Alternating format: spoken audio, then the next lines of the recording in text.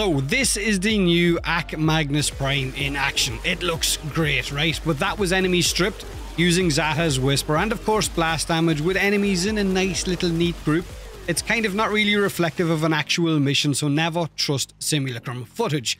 So this is a weapon that Barrow brought yesterday with a new relic, just after you've already spent all of your ducats in his Tenno-Con relay. Oh, what's that? You're broke? You've got no ducats? Well, here's a new relic with a new prime. Have fun. But is it worth it? You can judge for yourself. I am going to keep this video as short and sweet and to the point as I possibly can. Honest opinion is that these weapons are just okay. Better than the normal AKMagnus, but probably mastery fodder for a lot of players, or a weapon that works well with certain niche setups or warframes that will buff its damage a lot. You're rarely giving it a bonus crit chance with sidearms, Frost crit damage on frozen targets, Chroma's damage buff, Roar, Zata's Whisper, Cascadia Flare Arcane, and so on. But remember that everything those buffs will give to the AKMagnus Prime, they also give to much more powerful weapons.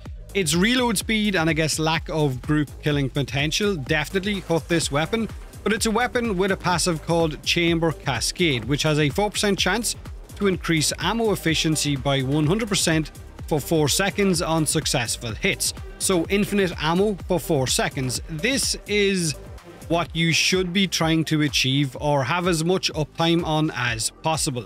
The chance of this activating is hugely increased by multi-shot, so it can trigger a lot in groups, but I do wish it was a little bit higher than 4%.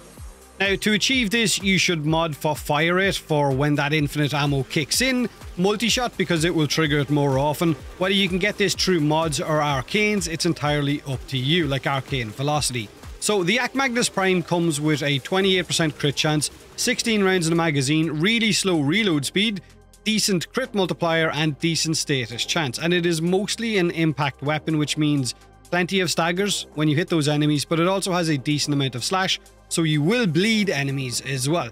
Now, I've gone and put 3 Forma on mine so that I guess you don't have to. And initially I modded it like this, which does still work, but it kind of blocked the weapon's potential. I went for Heat Viral. The heat then triggers the Cascadia Flare Arcane, which gives me 480% damage boost.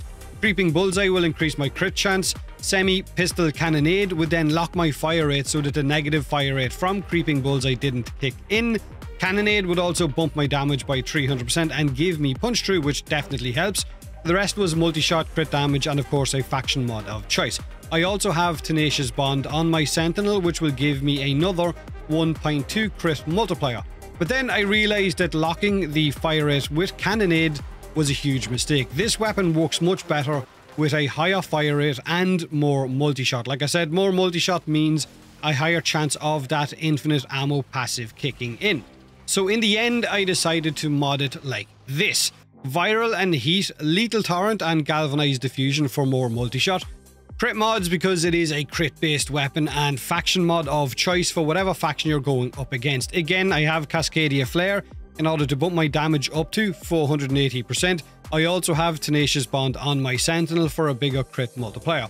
Now, this means that the passive will kick in more often, and I can just hold the trigger down for the weapon. Now, there is a setting in accessibility in Warframe for auto-firing semi-auto weapons, which I would highly recommend players to use in order, I guess, to save your trigger finger so that you're not constantly clicking with each shot. You can simply just hold it down.